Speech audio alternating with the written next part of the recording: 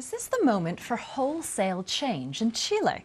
That might seem odd for a country recently praised as being one of the most stable in the region, with dramatic falls in rates of poverty too.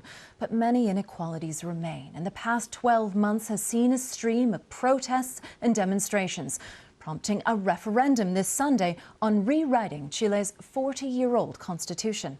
Our South America correspondent Katie Watson has more. Chile is a country used to earthquakes, but few people expected the shake-up that we've seen this past year.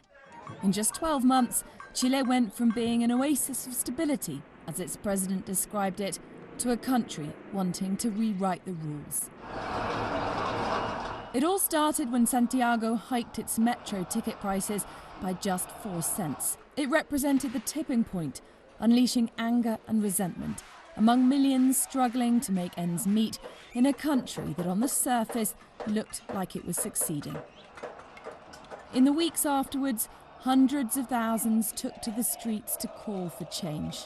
Among the demands, better education, more equality, and for many, the president's resignation. The demonstrations were largely peaceful, but clashes with protesters and heavy-handed responses by the authorities have marked this past year too. Chile's current constitution was drawn up in 1980 under former dictator Augusto Pinochet.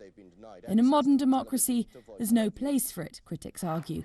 And they say access to basic services shouldn't be in the hands of private businesses. The old system needs to change. After a pause in protesting because of COVID-19, people have returned to the streets. Peaceful protests like this, and more troubling ones like this. Tension is high in Chile, and so are expectations. The problem that Chile has and the social movement have shown is that it's a system made just for a few people. It guarantees impunity, and that dignified life for the privileged few. What we want to have is a constitution that guarantees equality and rights for everyone, with dignified conditions where there's no such thing as first and second-class citizens.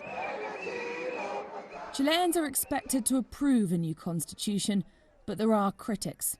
Those who say the current set of rules helped this country to prosper, and tearing it up could bring economic instability at the worst possible time.